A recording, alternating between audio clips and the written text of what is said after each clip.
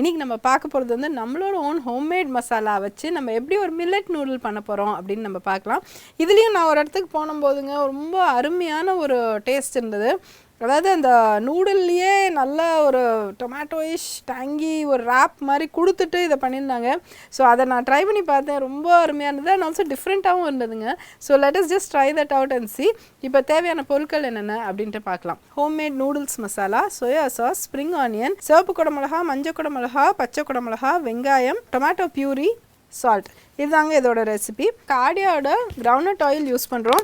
ஏன்னா இந்த நூடுல்ஸ் எல்லாமே ஒரு பீனட் ஆயில் போட்டால் கொஞ்சம் நல்லா தான் இருக்கும். இன்ஃபேக்ட் ஈவன் ஏஷியன் கியூசினில் வந்து இந்த பீனட் பட்டர் எல்லாமே இதுக்கு நிறையவே யூஸ் பண்ணுவாங்க, ரொம்ப டேஸ்டியாக இருக்கும். ஸோ அதனால் இதை வந்து அந்த தீமில் இருக்கிறனால இதை வந்து நம்ம பீனட் ஆயில் யூஸ் பண்ணுறோம் அதுக்கு. ஓகே, ஸோ முதல்ல நல்லா ஆயில் ஹீட் ஆகட்டும். பேனை நல்லா கோட் பண்ணிக்கோங்க. நல்லா ஹீட் ஆயிடுச்சா? இதில் வந்து ஆனியன்,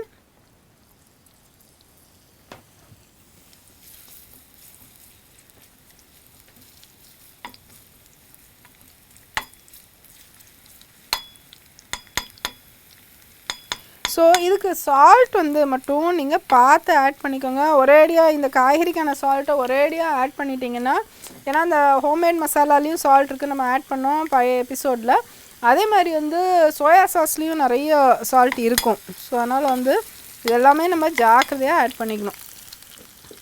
அதுக்கப்புறம் இதில் எல்லாமே ஓகே. நூடுல்ஸ் அப்படின்னாக்க வந்து நம்மளுக்கு அகெயின் இது அஃப்கோர்ஸ் மைதா இல்லது, இது வந்து மில்லட் நூடுல்ஸ் தான். பட் இருந்தாலும் அந்த அளவுக்கு கார்ப்ஸ் நம்ம சாப்பிட்றோம் இல்லையா. மில்லட்லேயும் கார்ப்ஸ் இருக்குது, ப்ரோட்டீன் இருக்குது, எல்லாமே இருக்குது. அதனால் கொஞ்சம் காய்கறியை வச்சு அதோட ஆவரேஜை வந்து நல்லா கண்ட்ரோல் பண்ண பார்க்குறோம். கேரட், அப்புறம் சிவப்பு வானவில்லை சாப்பிடணுன்னு நாங்கள் ரொம்ப வருஷமாக, பல வருஷமாக 20 வருஷமாக வானவில்லை சாப்பிடுங்க அப்படின்னு நாங்கள் சொல்லிக்கிட்டே இருந்தோம் எங்கள் நிகழ்ச்சி வழியாக. அண்ட் இப்போ வந்து எல்லாருமே அதான் சொல்கிறாங்க, வானவில்லை சாப்பிட்ணும்னு. ஏன்னா நம்ம சாப்பிட்ற உணவு வந்து மல்டி கலராக இருந்ததுனாக்க நம்மளுக்கு வந்து அந்தளவுக்கு நம்மளுக்கு ஆரோக்கியமாக அது இருக்கும். அது அந்தளவு நிறமிகள், அந்தளவு ஆன்டி ஆக்சிடென்ட்ஸ் உள்ள வந்ததுன்னா, இப்போ 1008 லைக் சோஷியல் மீடியா திறந்தவங்கனாக்கா அண்டர் ஐக்கு ஒரு க்ரீம், தென் ரிங்கிள்ஸுக்கு ஒரு க்ரீம், போட்டாக்ஸ் இல்லாமல் எப்படி பண்ணுறது, ஃபேஸ் யோகாவுக்கு எப்படி பண்ணுறதுன்னு இவ்வளோ வரும்போது, டெய்லி உங்கள் உணவில் வந்து கொஞ்சம் கொஞ்சமாக இதை ஆட் பண்ணிகிட்டே வந்தீங்கன்னாக்க உங்களுக்கு it will be so much easier. உங்களுக்கு maintenance of your youth and skin vitality எல்லாமே. ஸோ இது நல்லா ஹீட்டில் நல்லா சாட்டே ஆகட்டும். ஸோ இப்போ நான் சொன்ன ஒரு மாதிரி ஒரு டிஃப்ரெண்ட்டான ஒரு மெத்தடாலஜியில் நான் சாப்பிட்டேன் அப்படின்னு நான் டேஸ்ட் பார்த்தேன்னு சொன்னேன் இல்லையா. கொஞ்சோண்டு ஸ்ப்ரிங் ஆனியன் இங்கே. இதில் வந்து இந்த டொமேட்டோ பியூரியை ஆட் பண்ணிடலாம் நம்ம. இது வந்து மார்க்கெட்டில் வாங்கின டொமேட்டோ பியூரி தான், அதை தான் நான் எடுத்திருக்கேன். பிகாஸ் ஹோம்மேட் பியூரி வந்துலாம் அந்த டேஸ்ட் வரல. அதே மாதிரி சோயா சாஸ். இப்போ உங்களுக்கு ஜிஞ்சர் கார்லிக் இதில் ஆட் பண்ணணுன்னா ஆட் பண்ணலாம். பட் நான் வந்து இதுலேயே நம்ம ஹோம்மேட் மசாலாலேயே நம்மளுக்கு ஆனியன் பவுடர் எல்லா பவுடருமே இருக்குது. இதில் கார்லிக் பவுடர் இருக்கிறனால நான் அதை தான் நான் யூஸ் பண்ணியிருக்கேன்.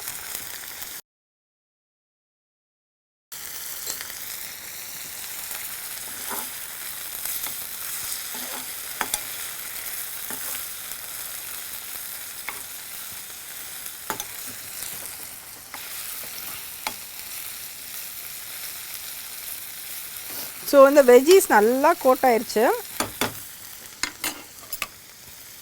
நம்மளோட ஹோம்மேட் மசாலா ஒரு ஸ்பூன் போட்டு நல்லா ஸ்டிர் பண்ணி விட்டுக்கோங்க.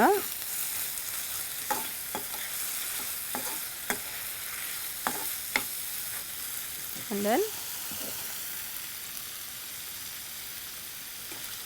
இதில் போட்டு கலரினால ஈஸியாக. இப்போ நீங்கள் வந்து கண்ட்ரோல்டாக இது எல்லாத்தையும் கலரி விட்டுக்கோங்க.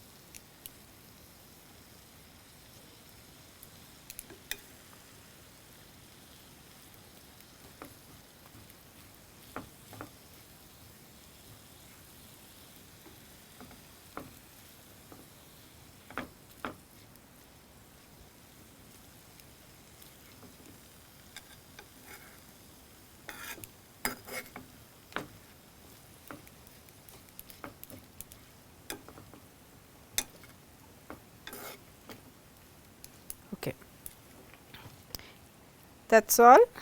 இப்போ இதை வந்து எப்படி சர்வ் பண்ணுறது அப்படின்னு பார்த்துடலாம். இதை அப்படியே எடுத்து ஸ்வர்ல் பண்ணி இதில் நீங்கள்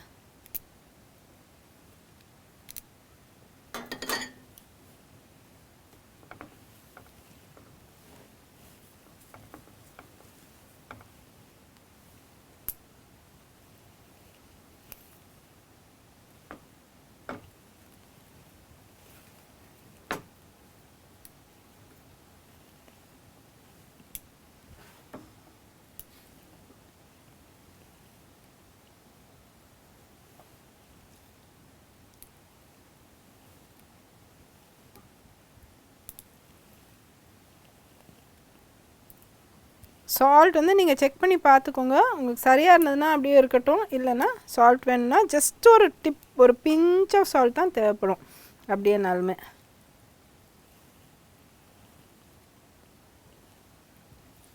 ஓகே, ஸோ இந்த மாதிரி வந்து ரொம்ப யம்மியான நூடுல்ஸ் வந்து ரெடி.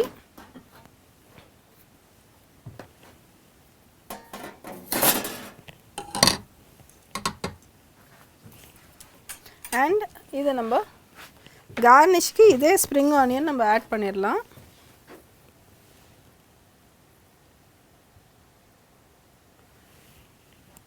ஸோ இது எவ்வளோ ரொம்ப நல்லா ஹெல்த்தியாக இருக்குது, சேஃபாகவும் இருக்குது அப்படின்ட்டுன்னு I'm sure you will all be appreciating.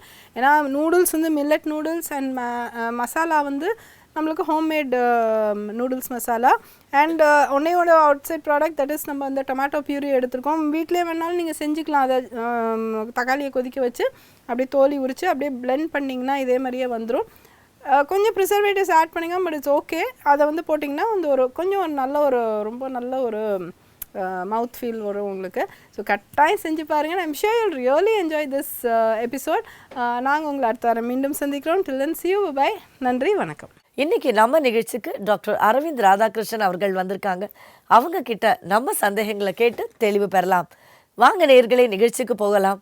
வணக்கம் டாக்டர். வணக்கம் மேடம். வணக்கம் நேயர்களே. டாக்டர், இப்போது குழந்தைங்கள்லேருந்தே ரொம்ப இந்த ஃபோன் பார்க்கறது, நிறைய விஷயங்கள்னால கண் பார்வை சின்ன வயசுலேருந்தே நம்ம கண்ணாடி போட முடியாத ஒரு சூழல் வந்துடுறது குழந்தைங்களுக்கு. அப்படியே வளர்ந்து இப்போ வேலைக்கு போகிறவங்க அவங்க எல்லாருமே இந்த கண்ணாடி மெயின்டைன் பண்ணுறதா இல்லை அது கொஞ்சம் ஏஜ்டாக காமிக்குதுங்கிறதுனாலையா தே ஆர் ஸ்விட்சிங் on to contact lens. So நீங்கள் ஆஸ் அ ஃபிசிஷியன் நீங்கள் என்ன சொல்கிறீங்க அதுக்கு? ஸோ கான்டாக்ட் லென்ஸுங்கிறது இப்போ ரீசெண்டாக வந்தது இல்லை, ஆல்மோஸ்ட் ரொம்ப வருஷமாக இருக்குது கான்டாக்ட் லென்ஸுங்கிற சிஸ்டம்மு. பட் ஆனால் அதோட மெக்கானிசம் அண்ட் அதோட ஃபார்மேட் வந்து மாறிக்கிட்டே வந்திருக்கு. இப்போ ரொம்ப கம்ஃபர்டபுள் ஆயிடுச்சு. முன்னாடிலாம் வந்து ரொம்ப திக்காக இருக்கும் கான்டாக்ட் லென்ஸ், இப்போ ரொம்ப கம்ஃபர்டபுள் ஆயிடுச்சு. மெயின் ரீசன் எதுக்காக வராங்கன்னா காஸ்மெட்டிக் தாங்க. அவங்களுக்கு வந்து என்ன கண்ணாடி போட்டால் லுக் இல்லை, இல்லைனா ரொம்ப தடியான கிளாஸாக இருக்குதுன்னு கேட்டே அவங்க வந்து வராங்க. அது ஒரு விஷயம். ரெண்டாவது ஒரு ஃபேர்லி காமனான ரீசன் என்னென்னா, கண்ணாடி போடுறவங்களுக்கு என்ன அந்த ஃப்ரேம் மட்டும்தான் வந்து கிளியராக தெரியும். ஃப்ரேமோட எட்ஜஸ் வந்து கிளியராக தெரியாது, இல்லை ஃப்ரேம் தாண்டி கிளியராக தெரியாது. வியூ இன்னும் கொஞ்சம் நல்லா இருக்கணுங்கிறதுக்காகவுமே கான்டாக்ட் லென்ஸ் எக்ஸாக்ட்லி ஒரு நல்ல ஒரு 180 டிகிரி நல்லா தெரியணுங்கிறதுக்காகவே அவங்க வந்து கான்டாக்ட் லென்ஸை கேட்டு வாங்கிக்கிறாங்க. அது ரெண்டாவது ரீசன். தேர்ட் ரீசன் என்னென்னா, டாக்டர்ஸே சில டைம்ஸ் கான்டாக்ட் லென்ஸ் ஏன் ப்ரிஸ்கிரைப் பண்ணுவாங்கன்னா, சில கண்டிஷன்ஸ் கெரட்டோகோனஸ் இதெல்லாம் வந்து ரொம்ப ரேர் கண்டிஷன். இதெல்லாம் அவேர்னஸ் இருந்தால் நல்லது, பட் இல்லைனாலுமே எதுவும் இஷ்யூ இல்லாத மாதிரி அவங்க டாக்டர்ஸே சில டைம்ஸ் கான்டாக்ட் லென்ஸ் வந்து இண்டிகேட் பண்ணுறாங்க. இப்போ நீங்கள் சொல்கிறீங்க there are so many reasons to using contact lenses. இதோட ப்ளஸ் என்ன, இதோட மைனஸ் என்ன? ஸோ ஃபஸ்ட்டு ப்ளஸ் பாயிண்ட் என்னென்னா, நம்மளோட அந்த கண்ணாடி யூஸ் பண்ணுற ஹேசில் கிடையாது. கண்ணாடி இருந்துச்சுன்னா அந்த ஒரு ஃப்ரேமோட இது விஷனில் இழிச்சிக்கிட்டே இருக்கும். அதே நேரத்தில் வந்து என்னென்னா இன்னும் வைடர் விஷன், நல்லா கிளாரிட்டி இன்னும் நல்லாயிருக்கும், நல்லாவே ஓப்பனாக தெரியும். ஏன்னா கண்ணாடியில் சில டைம் ஸ்க்ராச்சஸ் ஃபார்ம் ஆகும். ஸ்க்ராச்சஸ் ஃபார்ம் ஆச்சுன்னா உங்களுக்கு விஷன் வந்து கொஞ்சம் அஃபெக்ட் ஆகும். இது எல்லாமே கான்டாக்ட் லென்ஸில் இருக்காது. டவுன் சைடுன்னு பார்த்தீங்கன்னா, ஃபர்ஸ்ட் ஆஃப் ஆல் வந்து நீங்கள் எதுவும் எக்ஸ்ட்ராவாக ஸ்கின் மேலேயோ இல்லைனா இந்த மாதிரி அப்ளை பண்ணாலுமே ஒரு சைடு எஃபெக்ட் இருக்கும்னு நம்ம முன்னாடி ஸ்கின் பற்றி படிச்சும்போது இருக்குது. சேம் இதுதான் கார்னியாக்கும். கார்னியாங்கிறது ரொம்ப ஒரு டெலிகேட்டான ஒரு இது. 5 to 6 லேயர் இருக்குது அந்த கார்னியாவில். பட் ஆன்டீரியர் லேயர் வந்து ஒரு எபித்தீலியல் லேயர், ரொம்ப ஃப்ரெஜைலான ஒரு லேயர். அதை நீங்கள் ரெகுலராக போடும்போது என்ன ஆகும்னா, அதில் சில கொஞ்சம் கொஞ்சமாக சேஞ்சஸ் வர ஆரம்பிக்கும். ஸோ யூஸ்வலாக நாங்கள் என்ன பார்க்குறோன்னா, 20 to 25 இயர்ஸ் வந்து irrespective ஆஃப் ஜெண்டர், பாயாக இருக்கட்டும் கேர்ளாக இருக்கட்டும், அவங்க தான் பிடிச்சு யூஸ் பண்ணுறாங்க. ஒரு 35-40 ஆக என்னென்னா அவங்களுக்கு கொஞ்சம் வந்து ஐபால் ஹெவினஸ் வர ஆரம்பிக்கும், ஐபால் மூவ்மெண்ட் வந்து கஷ்டமாக ஆரம்பிக்கும். ரெண்டாவது கான்டாக்ட் லென்ஸே கரெக்டாக உட்காராமல் இருக்கும். அப்போ வந்து ஸ்லிட் லேம்பில் நாங்கள் பார்க்கும்போது என்ன நோட் பண்ணுவோன்னா அந்த எபித்தீலியல் சேஞ்சஸ் கொஞ்சம் கொஞ்சம் வர ஆரம்பிக்கும். இதோட மெயின் ரீசன் என்னென்னா, நிறைய பேருக்கு என்ன தெரியாதுன்னா கார்னியாவுக்கு பிளட் சப்ளையே கிடையாது. அது வந்து ஏவாஸ்குலர், அதுக்கு டைரெக்டாக காற்றுலேருந்து தான் ஆக்சிஜன் கிடைக்குது. இல்லைன்னா உள் சைட்லேருந்து கொஞ்சம் கொஞ்சமாக டிஃப்யூஸ் ஆகி அந்த லிக்விட்ஸ்லேருந்து டிஃப்யூஸ் ஆகி கொஞ்சம் கொஞ்சமாக ஆக்சிஜன் கிடைக்கும், நியூட்ரியன்ஸ் கிடைக்கும். ஸோ இதுக்கு வந்து நீங்கள் கான்டாக்ட் லென்ஸ் போட்டிங்கன்னா அது கம்ப்ளீட்டாக அது அப்படியே பிளாக் பண்ணிடுது. அந்த பிளாக் ஆகிறதுனால தான் நிறைய தடவை நீங்கள் கான்டாக்ட் லென்ஸ் வந்து 8 hours தான் யூஸ் பண்ணணுன்னு ஒரு ஃபேமஸ் கோட் நீங்கள் வந்து கேள்விப்பட்டிருப்பீங்க. அது இந்த ஆக்சிஜனேஷனுக்காக தான். அதே மாதிரி கான்டாக்ட் லென்ஸ் போட்டு தூங்கக்கூடாது, எல்லாமே வந்து இந்த ஒரே ரீசனுக்காக தான். இதெல்லாம் நீங்கள் மெயினாக நல்லா மெயின்டைன் பண்ணிக்கிட்டு அதே நேரத்தில் வந்து ஐஸ் வந்து நல்ல எக்ஸசைஸ் கொடுத்துக்கிட்டு எக்ஸ்ட்ராகுலர் மசில்ஸோட நல்ல எக்ஸசைஸ் கொடுத்தீங்கனாலே உங்களுக்கு வந்து நல்ல ஒரு பெனிஃபிட் கிடைக்கும். இந்த மாதிரி ஒரு லாங்கர் டேர்ம் யூஸ் பண்ண முடியும் கான்டாக்ட் லென்ஸை. அதே நேரத்தில் ரொம்ப இம்பார்ட்டண்ட்டான விஷயம் என்னென்னா டிஸ்போசபிள் கான்டாக்ட் லென்ஸஸை கரெக்டாக டிஸ்போஸ் பண்ணணும். நாங்கள் நிறைய தடவை என்ன பார்த்துட்டோம்னா மந்த்லி கான்டாக்ட் லென்ஸ் எடுப்பாங்க, 2 months யூஸ் பண்ணிடுவாங்க ஒரே தடியாக. ஸோ அது 1 மாதம்னா 1 மாதம் தான், 100% 1 மாதம் தான். அது நீங்கள் வந்து 1 மாதத்தில் 1 தரமோ 2 தரமோ யூஸ் பண்ணுறீங்க, அது கணக்கு கிடையாது. 30 நாள் யூஸ் பண்ணாலும் சரி, 30 daysக்கு அப்புறம் டிஸ்போஸ் பண்ணிடணும். 1 தரம் தான் யூஸ் பண்ணியிருக்கனாலும் டிஸ்போஸ் பண்ணிடணும். டெய்லி டிஸ்போசபிள்ஸுமே கிடைக்கிது, அது டெய்லி டிஸ்போஸ் பண்ணி தான் ஆகணும். அடுத்த நாளுக்கு இல்லையேன்னு சொல்லி சேர்ந்து போடக்கூடாது. ஏன்னா நம்ம வந்து இது நீங்கள் போடும்போது அந்த லென்ஸ் அந்த கான்டாக்ட் லென்ஸ் மேலே நிறைய ப்ரோட்டீன்ஸ் வந்து டெபாசிட் ஆகிட்டே இருக்கும். அது டெபாசிட்ஸை ரிமூவ் பண்ணுறதுக்காக தான் கான்டாக்ட் லென்ஸ் சொல்யூஷனில் வாஷ் பண்ணி அதை ஸ்டோர் பண்ணி வைக்கிறது. பட் இருந்தாலுமே அது வந்து எவ்வளோ நேரத்துக்கு இருக்குங்கிறது வந்து நம்மளால் சொல்ல முடியாது த்ரூ நேக்கடை. நம்ம ஆப்வியஸாக நீங்கள் வந்து டெஸ்ட் பண்ணி பார்த்தீங்கன்னா தெரியும். பட் அந்த ப்ரோட்டீன் ஃபார்ம் ஆக என்ன திக்னஸ் இன்க்ரீஸ் ஆச்சுன்னா ஆக்சிஜனேஷன் ஆஃப் கார்னியாவுமே வந்து அஃபெக்ட் ஆகும். ஸோ இதெல்லாம் தான் ரொம்ப ரொம்ப முக்கியமான விஷயம் கான்டாக்ட் லென்ஸ் ஹேண்ட்லிங்கில். அதே நேரத்தில் கான்டாக்ட் லென்ஸ் கீழே விழுந்துருச்சுன்னா தயவு செஞ்சு தூக்கி போட்டுருங்க அதை. இல்லை கான்டாக்ட் லென்ஸ் தப்பான ஒரு சொல்யூஷனில் விழுந்துருச்சு, இல்லைனா மாற்றி போட்டீங்க, இல்லை கீழே வாஷ் பேசின்குள்ளே விழுந்துருச்சுன்னா அதை எடுத்து யூஸ் பண்ண ட்ரை பண்ணவே பண்ணாதீங்க. ஏன்னா ஒன்ஸ் ஐ இன்ஃபெக்ஷன் வந்துருச்சுன்னா, அதுவும் சீரியஸ் இன்ஃபெக்ஷனாக இருந்துச்சு, கார்னியா மேலே இருந்துச்சுன்னா அகைன் பிளட் சப்ளை கம்மியாக இருக்கிறதுனால, பிளட் சப்ளையே இல்லாததுனால உங்களுக்கு அதோட க்யூரிங் டைமுமே ரொம்ப நேரமாகும். பிளட் சப்ளை நல்லா இருந்தால் தான் வந்து க்யூரிங் ஆகும்.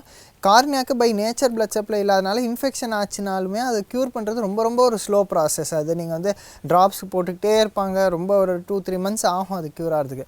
ஸோ கான்டாக்ட் லென்ஸுங்கிறதுக்கான நிறைய அட்வான்டேஜஸ் இருந்தாலும் சைடு எஃபெக்ட்ஸ் அண்ட் டிஸ்அட்வான்டேஜஸை புரிஞ்சுக்கிட்டு யூஸ் பண்ணாலே அவங்க வந்து சேஃபாக யூஸ் பண்ணுவாங்க எல்லோரும். ஓகே, ரொம்ப ஏன்னா இப்போ வந்து ட்ரெண்டில் எல்லாருமே அந்த யங்கர் ஜெனரேஷன் ஃபுல்லுமே they want to use contact lens. நீங்கள் சொல்கிற அந்த கண்ணாடி வந்து ஏஜ்ட் லுக்கு கொடுக்குது அப்படிங்கிற அந்த ஒரு காரணத்துக்காகவே அதை யூஸ் பண்ணுறாங்க. பட் நீங்கள் சொல்கிற மாதிரி அதை கரெக்டான முறையில் அதை யூஸ் பண்ணால் அது நிஜமாவே ஒரு வரப்பிரசாதம் தான். டெஃபினட்டாக இது வந்து யாருமே வந்து கான்டாக்ட் லென்ஸ் போடக்கூடாது, அது தப்புன்னு இது வரைக்கும் சொன்னது கிடையாது, யாரும் சொல்லவும் போகிறது கிடையாது. ஏன்னா அது சிம்பிள் ஃபிசிக்ஸ் தான். அது லென்ஸ் முன்னாடி கார்னியா முன்னாடி இன்னொரு ரிஃப்ராக்டர் லேயரை வைக்கிறதுனால நார்மல் ஃபிசிக்ஸ் தான் வெளியே. அதனால எந்த ஒரு அவுட்ரைட் கெடுதியும் கிடையாது. நீங்கள் அதை கரெக்டாக யூஸ் பண்ணிங்கன்னா, கரெக்டாக யூஸ் பண்ணுங்கிறது தான் இம்பார்ட்டண்ட்டான விஷயம். ஏன்னா நாங்கள் நிறைய தடவை என்ன பார்த்துருக்கோம்னா, கிட்ஸ் வந்து 20 வயசு 25 வயசு பசங்க வந்து இது எப்படி சொல்கிறதுன்னு தெரியாமல் பரவாயில்ல யூஸ் பண்ணிடலான்னு நினச்சி அவங்க யூஸ் பண்ணிடுவாங்க.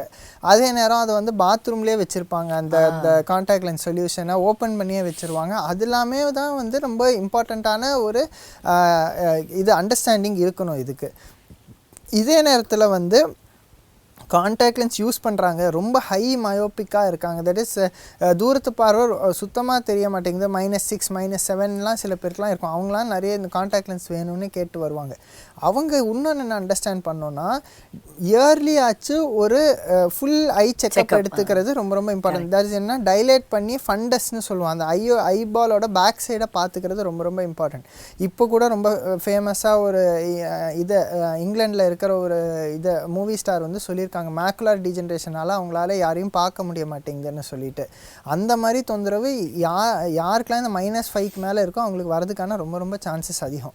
ஸோ அது வந்து மானிட்டர் பண்ணிக்கிட்டே இருக்கிறதுங்கிறது ரொம்ப முக்கியமான விஷயம். ஏன்னா மேக்குலர் டீஜென்ரேஷன் ஸ்டார்ட் ஆயிடுச்சுன்னா, இப்போ ரீசெண்ட் அட்வான்சஸ்னால ட்ரீட்மெண்ட் நிறைய இருந்தாலும் அது வந்து எப்போ ஸ்டார்ட் ஆகுதுன்னு இமீடியட்டாக கண்டுபிடிக்கணுங்கிறது ரொம்ப ரொம்ப இம்பார்ட்டண்ட்டான ஒரு விஷயம். ரொம்ப அற்புதமாக சொன்னீங்க. ஏன்னா இப்போது நீங்கள் சொல்கிற மாதிரி இயர்லி ஒன்ஸாக செக்அப் பண்ணி அந்த நம்மளுடைய பவருக்கு ஏற்ற மாதிரி நம்ம மாற்றிக்கிட்டோம் மாற்றிக்கிட்டே இருக்கணும் இல்லையா? பவர் 99% கான்ஸ்டன்ட் ஆயிரும் 20-25 வயசுக்கு அப்புறம். ஆனால் அந்த ரெட்டினால் சேஞ்சஸும் சரி, கார்னியாவோட எபித்தீலியல் சேஞ்சஸ்ங்கிறது வந்து நிறைய சேஞ்சஸ் ஆகிறதுக்கான சான்சஸ் இருக்குது. ஒரு இன்ஃபெக்ஷன் ஆகுதோ இல்லைனா கான்டாக்ட் லென்ஸ் யூஸ்னாலே நிறைய தடவை சேஞ்ச் ஆக சான்ஸ் இருக்குது. ரெட்டினா வந்து மைனஸ் பவரோ அந்த ஐ பவர்னால சேஞ்ச் ஆகிறதுக்கான சான்சஸ் இருக்கும் இல்லையா. கான்டாக்ட் லென்ஸ்னால ரெட்டினால பாதிப்பு வராது. நம்ம அதுவும் இதோட லிங்க்டு டாபிக்னால நம்ம இந்த டைம் பேசுகிறோம். ஏன்னா நம்ம ரெட்டினல் சேஞ்சஸ் இருக்குது, கிளாக்கோமா மாதிரி இருக்குது, ஐ ப்ரெஷர் ஏறுதுன்னு நம்ம அர்லியாக கண்டுபிடிச்சி அதுக்கு அர்லியாக ட்ரீட்மெண்ட் கொடுத்தா ஐசைட்டை சேவ் பண்ணலாம். ஏன்னா ஒன்ஸ் ஐசைட் லாஸ் ஆயிடுச்சுன்னா நம்ம அது இம்ப்ரூவ் பண்ணுறது ரொம்ப ரொம்ப கடினமான ஒரு விஷயம். அது இல்லை, இப்போ நீங்கள் அந்த ரெட்டினால் இதுன்னும் போது நம்ம டயபெட்டிஸ் இதுக்கு இருக்கிற மாதிரி டயபெட்டிக் பேஷண்ட்டுமே ரெட்டினோபதி வராமல் இருக்க இயர்லி ஒன்ஸ் எடுக்கணும் இல்லையா? டெஃபினட்டாக நம்ம முன்னாடியுமே டயபெட்டிக் ரெட்டினோபதி பற்றியே ஸ்பெசிஃபிக்காக ஒரு எபிசோடில் பேசியிருந்தோம். அந்த டயபெட்டிக் ரெட்டினோபதிங்கிறது டோட்டலி ஒரு டிஃப்ரெண்ட்டான கான்செப்ட். அது வந்து பிளட் வெசல்ஸ்லேருந்து வர ஒரு கான்செப்ட். அது அந்த மாதிரி வெறும் மைனஸ் பவர் ஹை மயோப்ஸ்னு சொல்லுவோம் அவங்களுக்கும் சரி, கான்டாக்ட் லென்ஸ் யூசர்ஸ்க்கும் சரி ஒரு ஐ செக்அப் ஜென்ரலாக எடுத்துக்கிறதுங்கிறது ரொம்ப ரொம்ப யூஸ்ஃபுல்லான விஷயம். ரொம்ப அழகாக சொன்னீங்க. ஏன்னா இப்போ எல்லாருமே அதை யூஸ் பண்ணுறதுனால right time to talk about this. ரொம்ப அற்புதமாக விளக்கம் கொடுத்தீங்க டாக்டர். நன்றி. தேங்க்யூ. வணக்கங்க. டிப் ஆஃப் த டேயில் பல்வேறு டிப்ஸை உங்ககிட்ட நம்ம ஷேர் பண்ணுறோம். இது எல்லாமே சிலது படித்ததாக இருக்கலாம், சிலது அனுபவத்துலேருந்து வந்திருக்கலாம். நான் வந்து அடுத்தது கால்நடை மருத்துவராக இருக்கிறது காரணத்தினால தான் மறுபடியும் அதில் டச்சப் பண்ணுவேங்க. மீண்டும் அதை சொல்கிறேன். பல பேர் வந்து அந்த ஒரு ஃபோக்கஸ் கற்றுக்கணுன்னா நம்ம வந்து புலிகள் இல்லையா, அவங்க எப்படி வேட்டையாடுறத அதை வச்சு கற்றுக்கணுங்க. தயவுசெய்து அவங்களுக்கு ஒரு தரம் ஒரு டாஸ்க்கு, ஒரு தரம் அவங்களுக்கு அந்த டார்கெட் கிடச்சிருதுன்னா அது அப்படியே ஒரு சிங்கிள் மைண்டட் ஃபோக்கஸில் அப்படியே காத்துன்றிருக்கு பாய்ந்து பிடிக்கிறது. ஆனால் நம்ம அதையே தன்னோட வாழ்க்கையில் கம்பேர் பண்ணி பாருங்கங்க. பல நேரத்தில் நமக்கு என்ன வேலை செய்யணும்னு தெரியும், என்ன கோல் வேணும்னு தெரியும், ஆனால் நம்ம மசன்னு அதை டிலே பண்ணிகிட்ருப்போம். ஸோ அதுதான் ஆனிமல்ஸும் ஹியூமன்ஸுக்கும் உள்ள வித்தியாசம். ஒவ்வொரு ஆனிமலும் தன்னோட லிமிட்டட் கெப்பாசிட்டிஸ்குள்ளே எவ்வளோ மேக்ஸிமைஸ் பண்ணுறது, அதுலேருந்து ஒவ்வொரு ட்ரெயிட்டை நம்ம கற்றுண்டா கூட நம்ம வாழ்க்கையில் டைரெக்டாக இம்ப்ளிமெண்ட் பண்ணலாம். ஏற்கனவே அதை நான் சொல்லியிருக்கேங்க. அதை சிங்கிள் மைண்டட் ஃபோக்கஸ் அதெல்லாம் வந்து ஆனிமல்ஸ்டேருந்து நமக்கு கிடைக்கும். அதே மாதிரி தான் அந்த ஒரு ஈகிள் நீங்கள் பாருங்கள், கடுகு பார்வையில் அப்படியே போய் டக்குன்னு பிடிச்சி அப்படியே அதை கேப்சர் பண்ணுறது, ஒரு ப்ரேயை பார்த்த உடனேயே அதை வந்து எப்படி ஃபோக்கஸ் பண்ணுறது, அந்த மாதிரி தான் நமக்கு முன்னாடி இருக்கிற பணியை நம்ம ஃபோக்கஸ் பண்ணி முடிக்கணுங்கிறது ஏற்கனவே இதை பற்றி கமெண்ட் பண்ணியிருக்கோம். மீண்டும் அதை வலியுறுத்துகிறோம். நன்றி, வணக்கம். என்ன நேயர்களே, நிகழ்ச்சி மிகவும் பயனுள்ளதாக இருந்தது இல்லையா? மீண்டும் அடுத்த வாரம் சந்திப்போம். நன்றி, வணக்கம்.